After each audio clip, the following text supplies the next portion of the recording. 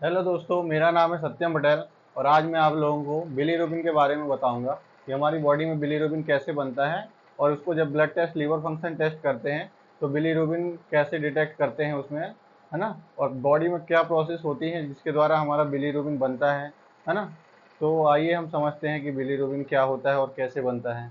Bilirubin वैसे बोलें तो क्या होता है, उसका इंट्रोडक्शन, उसकी डेफिनेशन ये है कि बिलीरुबिन एक प्रकार का पिगमेंट है। मतलब बिलीरुबिन एक प्रकार का कलर है जो हमारे आरबीसी के टूटने के बाद एक पिगमेंट रिलीज होता है, उसी को बिलीरुबिन बोलते हैं। येलो कलर का पिगमेंट रिलीज होता है, उसी को बिलीरुबिन बोलते हैं। और ये बिलीरुबिन हमारी बॉडी के लिए कोई यूजुअल नहीं है, हार्मफुल ही होता है। तो ये इसको बॉडी हमारी बॉडी से रिमूव ही करा देती है, बाहर ही निकाल देती है। तो उसी प्रोसेस को हम समझेंगे आज कि बॉडी में बिलीरुबिन बना कैसे और बाहर निकला कैसे, है ना। तो बिलीरुबिन का मेन बनने का कारण होता है आरबीसी सेल्स का टूटना। जो आरबीसी सेल्स होती हैं हमारी बॉडी में, तो आरबीसी सेल्स की लाइफ स्पेन होती है 120 डेज की, 120 दिन की। 120 दिन के बाद आरबीसी सेल्स हमारी बॉडी में रेटिकुलो इंडोथीलियस सिस्टम के अंदर टूटती हैं। जो रेटिकुलो इंडोथीलियस सिस्टम जिसमें लीवर और स्प्लीन काम करता है, उसमें आरबीसी सेल डिस्ट्रॉय होती हैं। तो उसमें अलग अलग कंपोनेंट्स निकलते हैं, जैसे वाटर अलग निकलता है, हीमोग्लोबिन अलग निकलता है आरबीसी सेल्स के अंदर जो होता है ना। तो इन्हीं सब चीज़ें, जैसे हीमोग्लोबिन के टूटने के बाद ही हीमो जैसे हीमोग्लोबिन स्टेप बाय स्टेप टूटता जाता है, इन्हीं के लास्ट प्रोडक्ट जो निकल के बनता है वही बिलीरुबिन कहलाता है। ठीक है, तो बात करते हैं, शुरू करते हैं।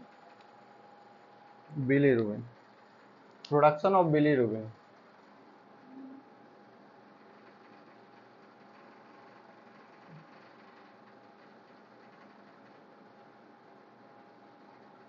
बिलीरुबिन, अब जैसे हमने बोला कि आरबीसी सेल्स, इसमें क्या होता है, मेन रोल है आरबीसी सेल्स का, है ना।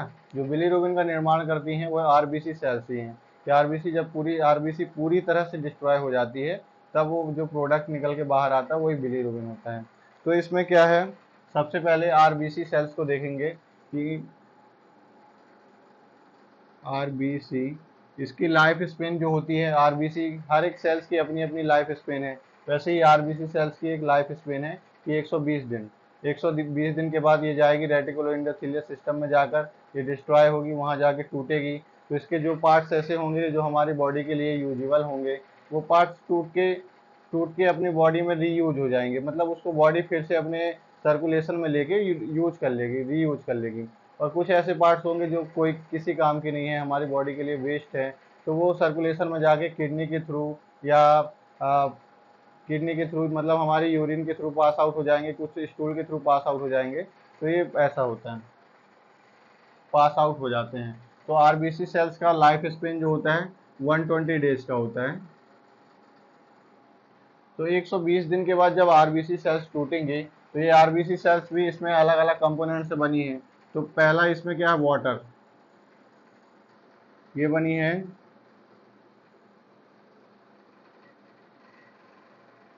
वाटर से, और बनी है हीमोग्लोबिन से।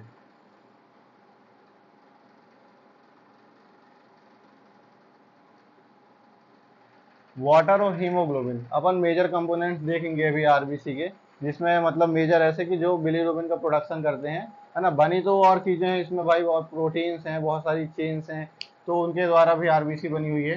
तो अभी मेजर कंपोनेंट्स की बात करते हैं, जिसमें अपन बिलीरुबिन का प्रोडक्शन को समझ पाएँ कि बिलीरुबिन बना कैसे आखिर। तो वाटर की बात करते हैं, तो वाटर वैसे ही हमारी बॉडी में जैसे 90% पानी है, ऐसे आरबीसी में भी समझ लो कि 90% तक, 80 to 90% तक वाटर ही है। वाटर के कारण ही हमारी जो पीसीबी की वैल्यू रहती है, और उसके पीसीबी जो देखते हैं अपन, उसमें वाटर की वैल्यू देखते हैं। वाटर के साथ जो अलग अलग अलग एलिमेंट्स होते हैं आरबीसी में, वो सब देखे जाते हैं। तो पीसीबी से पता चल जाता है कि अपनी आरबीसी सेल्स के अंदर कितने अमाउंट में वाटर है ना। वो पीसीबी देखते हैं, जो 80 to 100 फेंटोलीटर उसकी पीसीबी की नॉर्मल रेंज होती है। PCB 80 to 100 फेंटोलीटर। तो पीसीबी 80 टू, जो हमारी बॉडी में पीसीबी 80 to 100 फेंटोलीटर होती है, उसमें क्या है कि अपन यही वैल्यू देखते हैं कि आरबीसी सेल्स के अंदर वाटर की प्रेजेंस कितनी है, मतलब आरबीसी सेल्स में कितना पानी है। तो पीसीबी की वैल्यू के अकॉर्डिंग अपन देख लेते हैं। तो अब क्या करते हैं कि फिर से आते हैं बिलीरुबिन में, इसके प्रोडक्शन में। तो वाटर ऐसी चीज़ है तो उसको अपन बार बार यूज कर सकते हैं। तो वाटर यूजेबल है तो उसको बॉडी क्या करेगी, बाहर थोड़ी निकालेगी नहीं, तो वाटर को यूज में ले लेगी। तो इसको यूज में ले लेगी तो मतलब ये फिर से साइकिल में चला जाएगा, है ना, फिर से अपने ब्लड के थ्रू साइकिल में चला जाएगा। तो ये वाटर अपने बॉडी के लिए काम आएगा, है ना, तो डिहाइड्रेशन का काम आएगा, तो वाटर को यूज कर लेगी। तो इसको क्या किए, इसको बॉडी ने वाटर को रीयूज कर लिया फिर से, है ना। अब केवल एक प्रोडक्ट बचा, क्या बचा, हीमोग्लोबिन।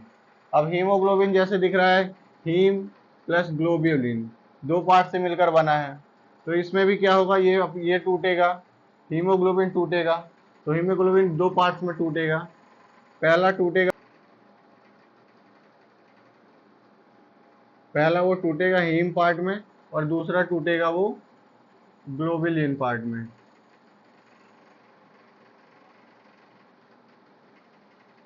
हीम और प्लस ग्लोबुलिन, ये दो पार्ट से मिलकर बना है। अब यहाँ बोले तो हीम प्लस ग्लोबुलिन, तो यही अपन ने यहाँ लिखा, हीम प्लस ग्लोबुलिन।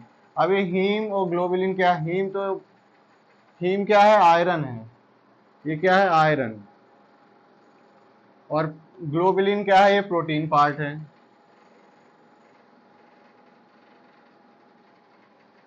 अब क्या करेगा, जो रेटिकुलो इंडोथीलियल सिस्टम होता है, इसका जो प्रोटीन है, ग्लोबुलिन पार्ट है, प्रोटीन पार्ट को इसको डायरेक्ट वो सर्कुलेशन में भेज के और अदर सेल्स में, जैसे अदर सेल, प्रोटीन क्या है कि हमारे बॉडी के लिए वैसे ही बहुत इंपॉर्टेंट है, सेल्स के डेवलपमेंट के लिए इम्पॉर्टेंट है, अपने साइटोप्लाज्म में, और ये सेल्स मेम्ब्रेन, हर चीज़, एनर्जी, मेटाबॉलिज्म, हर चीज़ में, एंजाइम्स के निर्माण, हर चीज़ में क्या है, प्रोटीन का काम है। तो प्रोटीन को भी बॉडी अपना रिसाइकल में लेके उसको भी यूज कर लेगी, तो प्रोटीन भी यूज हो जाएगा। बचेगा क्या, हीम पार्ट, ये आयरन का पार्ट, ठीक है। आयरन और प्लस प्रोटीन इसमें लिखते हैं, ये जो आयरन का पार्ट बचेगा। अब आयरन के पार्ट्स में देखेंगे, इसमें भी क्या रहता है, आयरन।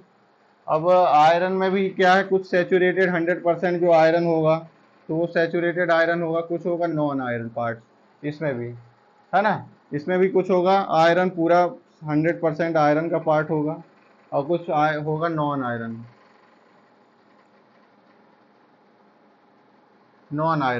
अब ये जो आयरन पार्ट है, ये तो एक निकल के बाहर आ गया। तो आयरन का पार्ट भी सेम इन्हीं की तरह, जैसे वाटर को यूज किया, जैसे ग्लोबुलिन को यूज किया, तो आयरन का पार्ट भी बहुत इंपॉर्टेंट है। अब ये आयरन यही हीमोग्लोबिन को निर्माण करेगा, तो इसका हीमोग्लोबिन का निर्माण करता है, तो फिर इसका रिसाइकल होके हीमोग्लोबिन के लिए बनने के लिए फिर से ये यूज कर लेगी बॉडी, है ना। तो आयरन भी बॉडी को यूजेबल है, तो इसको बाहर जाने नहीं देगा वो, है ना। ऐसा कोई भी प्रोडक्ट को बॉडी बाहर नहीं जाने देगी जो हमारी बॉडी सेल्स के डेवलपमेंट के लिए लगती है, या फिर हमारी बॉडी के लिए एनर्जी के लिए लगती है, या किसी भी टिश्यू, किसी भी चीज़ के निर्माण के लिए लगती है जो हमारे लिए यूजेबल है, ऐसे किसी भी प्रोडक्ट को बॉडी बाहर नहीं निकालती है, ठीक है। जैसे ये हो गया आयरन, तो आयरन अगर हीमोग्लोबिन बन रहा है, हीमोग्लोबिन का निर्माण हो रहा है, तो आयरन जाके हीमोग्लोबिन के प्रोडक्शन में काम करेगा।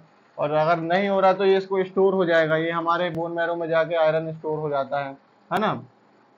तो अगर निर्माण हो रहा है तो ये आयरन जाके हीमोग्लोबिन में चला जाएगा, तो उसके हीमोग्लोबिन के प्रोडक्शन में सहायता करेगा, क्योंकि बना तो वो आयरन प्लस ग्लोबुलिन से ही है।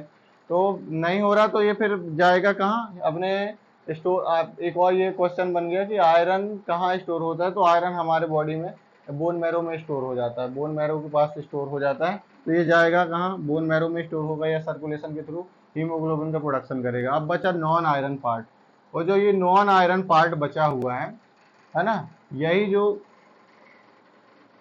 ये जो नॉन आयरन पार्ट है, ये ग्रीन कलर का कॉम्प्लेक्स है, ठीक है।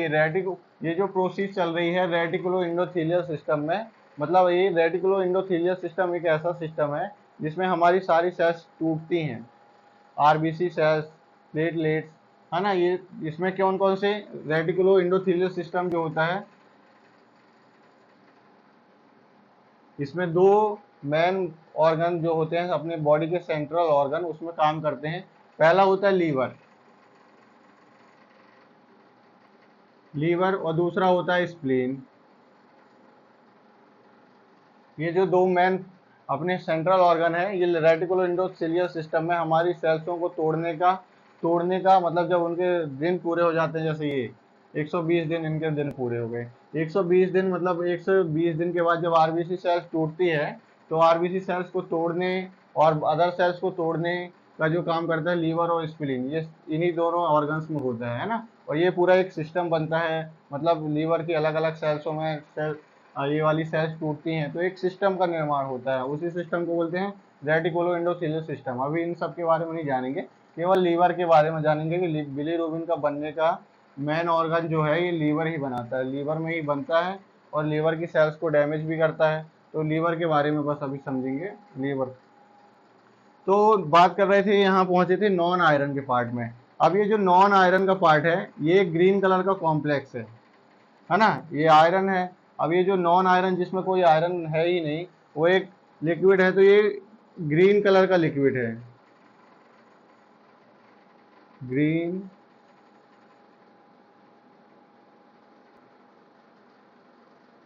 ग्रीन कलर का कॉम्प्लेक्स होता है, ग्रीन कलर का कॉम्प्लेक्स निकल के बाहर आता है, ठीक है। अब इसका क्या होता है, रिडक्शन होता है, रिड्यूस होता है, ये ग्रीन कलर कॉम्प्लेक्स कुछ देर में रिड्यूस होता है ना। तो इसका लिखेंगे यहाँ, इसका रिडक्शन होता है। जब ये जो ग्रीन कलर कॉम्प्लेक्स है इसका रिडक्शन होता है, रिडक्शन होने के बाद ये बनता है yellow colour complex, yellow colour complex. और यही ये जो येलो कलर कॉम्प्लेक्स है यही हमारा बिलीरुबिन है। तो समझते हैं, ये जो बिलीरुबिन निकल के आया वो इसी ये येलो कलर के जो कॉम्प्लेक्स होता है इसी को हम बिलीरुबिन बोलते हैं।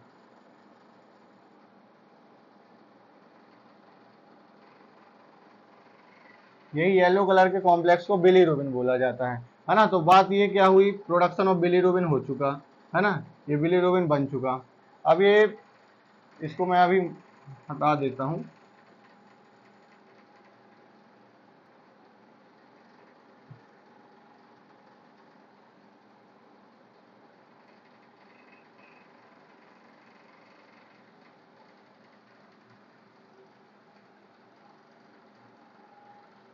अब ये क्या हुआ था, ग्रीन कलर कॉम्प्लेक्स निकलने के बाद ये बिलीरुबिन का निर्माण हो चुका था।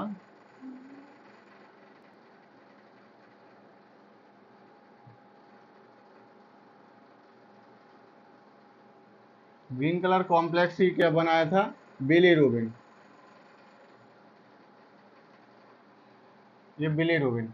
अब ये जो बिलीरुबिन है ये वाटर इनसोल्यूबल बिलीरुबिन है, मतलब ऐसा बिलीरुबिन है कि जो वाटर में सोल्यूबल नहीं है, मतलब वाटर में मिक्स नहीं कर सकते। जैसे तेल होता है पानी में मिलाने में मिक्स नहीं होता, वैसा ये भी है, मतलब वाटर इनसोल्यूबल है। तो इसको वाटर से इसको क्या करना है, अभी अपना सर्कुलेशन में लेना है। तो सर्कुलेशन में लेने के लिए ये जो बिलीरुबिन, इसी बिलीरुबिन को बोलते हैं इनडायरेक्ट बिलीरुबिन।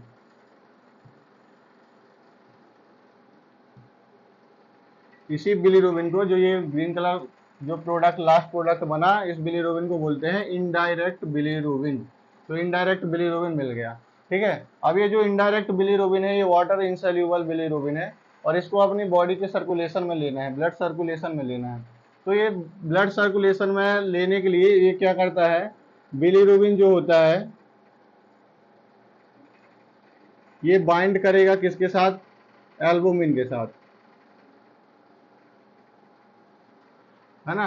ये बिलीरुबिन एल्बुमिन के साथ बाइंड हो जाएगा। अब ये क्या होगा, बिलीरुबिन जब एल्बुमिन के साथ बाइंड होगा तो ये फिर हमारे ब्लड के सर्कुलेशन में आ जाएगा, है ना। एंडोथेलियल सिस्टम से आकर हमारे बॉडी में जो ब्लड सर्कुलेशन है, जो सर्कुलेशन है उसमें ब्लड के सर्कुलेशन में आ जाएगा। और जाएगा कहाँ, अब ये ब्लड के सर्कुलेशन में जा रहा है तो ये जाएगा किडनी के पास। अब ये काम का है तो नहीं, जहाँ भी जाएगा वहाँ या येलो येलो येलो मार्क करेगा, मतलब अपनी बॉडी में जब बिलीरुबिन किसी को बढ़ता है या पीलिया किसी को होता है तो उसके बॉडी में येलो येलो होने लगती है, उसकी बॉडी का कलर चेंज होने लगता है हल्का सा, मतलब येलो चिकत्ते से पड़ने लगते हैं उसको। तो अब ये बिलीरुबिन जो होगा तो किडनी के पास जाएगा। अब किडनी के पास बॉडी क्या कर रही है, उसका नेचर है कि कोई ऐसा वेस्ट प्रोडक्ट है तो उसको बाहर निकालने के, तो ये बॉडी के किडनी के पास जा रहा है तो मगर किडनी के पास जाके ये क्या होगा, वहाँ फिल्टर नहीं होगा, किडनी इसको फिल्टर नहीं करेगी। क्यों फिल्टर नहीं करेगी? क्योंकि इसके पास एल्बुमिन है, ये एल्बुमिन के साथ बाइंड है। तो एल्बुमिन के साथ बाइंड होने के कारण किडनी इसको सेपरेट नहीं कर पाएगी, एल्बुमिन से सेपरेट नहीं कर सकती। तो ये क्या करेगी, ये फिर से इसको भेजेगा कहाँ, लीवर के पास। वही ब्लड स्ट्रीम के थ्रू, मतलब सर्कुलेशन के थ्रू ये आ जाएगा अब कहाँ, लीवर के पास, लीवर के पास। अब ये पहले लीवर के रेटिकुलो एंडोथेलियल सिस्टम में जो ये बाकी की प्रोसेस हमने समझी वो प्रोसेस हो रही थी, अब ये लीवर की हेपेटोसाइट सेल्स में आएगा। बिलीरुबिन जो है, अब बिलीरुबिन लीवर सेल्स की हेपेटोसाइट सेल्स, जो है पेरिकाइमल सेल्स भी जिसको बोलते हैं, वो लीवर की हेपेटोसाइट सेल्स में आ जाएगा बिलीरुबिन, है ना। बाकी की जो आगे की प्रोसेस होगी उसकी हेपेटोसाइट सेल्स में होगी। अब क्या होगा, जब वहां आ जाएगा तो इसके बाद ये एल्बुमिन का ऑब्जर्वेशन, वही किडनी एल्बुमिन का ऑब्जर्वेशन कर देगी, किडनी नहीं करेगी। लीवर के पास आने के बाद सर्कुलेशन में इसका एल्बुमिन का ऑब्जर्वेशन हो जाएगा, तो एल्बुमिन हमारे लिए यूजुअल है, तो एल्बुमिन अपनी जगह में चला जाएगा। अब बचेगा केवल बिलीरुबिन। बिलीरुबिन कहाँ आया, लीवर की हेपेटोसाइट सेल में, पेरिकाइमल सेल्स में। अब पेरिकाइमल सेल्स में आने के बाद अब इसका क्या होगा,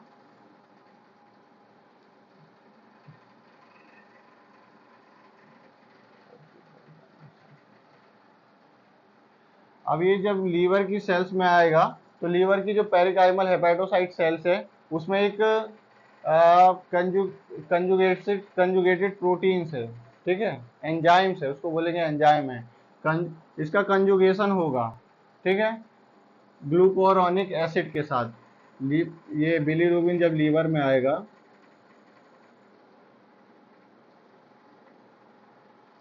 बिलीरुबिन, अब इसको क्या करना है, अपन को बाहर निकालना है। बाहर निकालने के लिए इतना सब कुछ करना पड़ रहा है, तो ये बाहर निकालने के लिए अब ये किसके साथ कंजुगेशन होगा, इसका ग्लूकोरोनिक एसिड के साथ, ग्लूकोरोनिक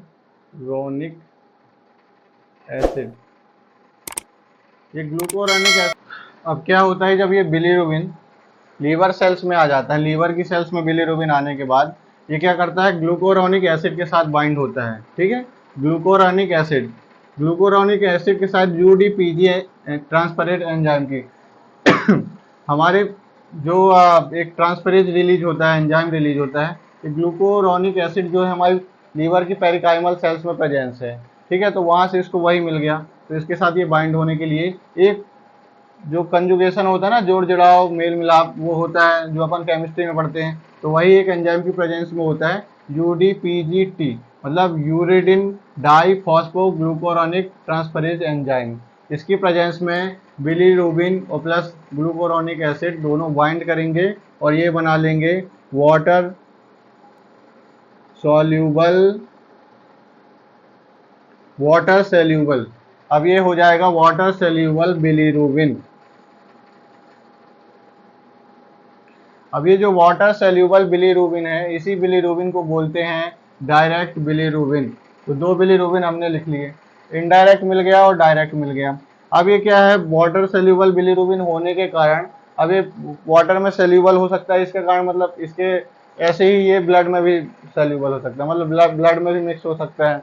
अब ये जाता है कहाँ, हमारी पेरिकाइमल सेल्स इसको कैपिलरी के ऑब्जॉर्व करके, कुछ बिलीरुबिन ऑब्जॉर्व होता है, करीब 70 to 80% बिलीरुबिन ऑब्जॉर्व होकर अपने सर्कुलेशन में चला जाता है ना। तो सर्कुलेशन में पहले से प्रेजेंट है इनडायरेक्ट बिलीरुबिन, है ना, क्योंकि ऐसा क्या है कि प्रोसेस इसमें जो रहती है वो लगातार चलती रहती है, तो बार बार इनडायरेक्ट बिलीरुबिन बन रहा है, डायरेक्ट बिलीरुबिन, है ना। ऐसा नहीं है कि इनडायरेक्ट बिलीरुबिन यहाँ से बढ़ते हुए आया तो बस ब्लड में इनडायरेक्ट बिलीरुबिन खत्म हो गया, ब्लड में खत्म नहीं होता, ब्लड में इनडायरेक्ट बिलीरुबिन बना रहता है। आरबीसी तो लगातार टूट रही हैं, तो बाकी की जो प्रोसेस चल रही है वो लगातार चल रही, तो ये ब्लड में इनडायरेक्ट बिलीरुबिन भी है और ये जाके वाटर सेल्यूबल होने के बाद डायरेक्ट बिलीरुबिन भी जाके ब्लड में मिल गया।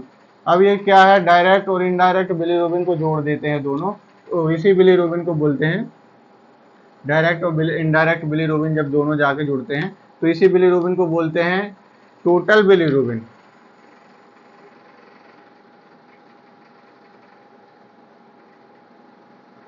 टोटल बिलीरुबिन, अब ये क्या है, टोटल बिलीरुबिन बन जाता है। तो ये मिल गए अपन को तीनों bilirubin, indirect bilirubin, direct bilirubin और टोटल बिलीरुबिन, है ना। अब क्या है, इसको बॉडी से बाहर निकालना है। बिलीरुबिन कोई हमारी बॉडी के लिए उपयोगी तो है नहीं कि यूजेबल है तो उसको यूज करेगी बॉडी, तो इसको बॉडी क्या करेगी, बाहर निकालेगी। बाहर निकालने के लिए ये क्या है, 80% जो बिलीरुबिन वाटर के साथ वो कहाँ है, अपने सर्कुलेशन में घूम रहा है। अब ये जो कुछ बिलीरुबिन रहेगा तो ये कहाँ से निकलेगा, अपने यूरिन और स्टूल के थ्रू निकलेगा। अब यूरिन स्टूल के थ्रू कैसे निकलेगा, ये यहाँ से पेरिकाइमल सेल्स जो होगी इसको छोड़ेगी, जो हेपेटोसाइट सेल्स, लीवर की हेपेटोसाइट सेल्स होगी, इसको छोड़ेगी गॉल ब्लैडर में, ठीक है, गॉल ब्लैडर में छोड़ेगी। और गॉल ब्लैडर का काम है बाइल जूस का सिक्रेशन करना। बाइल जूस का सिक्रेशन गॉल ब्लैडर इंटेस्टाइन में करता है। इंटेस्टाइन में जो बाइल जूस होता है वो लिपिड का डाइजेशन करता है ना, उसके लिए जरूरी है बाइल जूस का सिक्रेशन। तो बाइल जूस के साथ ये बाइल जूस के साथ डायरेक्ट बिलीरुबिन का भी सिक्रेट होगा, ठीक है, गॉल ब्लैडर से। यहाँ लिखेंगे अपन bile juice plus direct bilirubin, ये आप सीधे लिख देते हैं बिलीरुबिन। अब बाइल जूस के साथ बिलीरुबिन जब सिक्रेट होगा, कहाँ सिक्रेट होगा, ये जाएगा हमारे इंटेस्टाइन में, ठीक है। इंटेस्टाइन में जाकर जो बाइल का काम होगा वो बाइल जूस अपना कर लेगा, उसका लिपिड का डाइजेशन कर लेगा, है ना। और यूरिन, अब ये क्या होगा, बिलीरुबिन जो होगा, कुछ बिलीरुबिन फिर से इंटेस्टाइन में अब्जॉर्ब हो जाएगा, बाकी अगर यूजेबल नहीं है तो वैसे ये बाहर हो जाएगा। तो जो स्टूल के थ्रू, इंटेस्टाइन में डाइजेशन के बाद जो स्टूल के थ्रू बिलीरुबिन बाहर निकलेगा, जो स्टूल के थ्रू बाहर निकलेगा,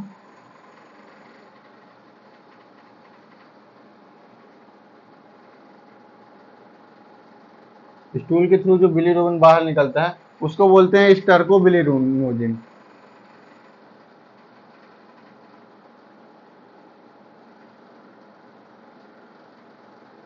स्टर्कोबिलिनोजिन, है ना। और जो यूरिन के थ्रू, अब वो सर्कुलेशन भी हो रहा है ना, तो सर्कुलेशन में कुछ बिलीरुबिन यूरिन के थ्रू बाहर निकल रहा है तो उसको बोलते हैं, जो यूरिन के थ्रू बाहर निकलता है, यूरोबिलिनोजिन।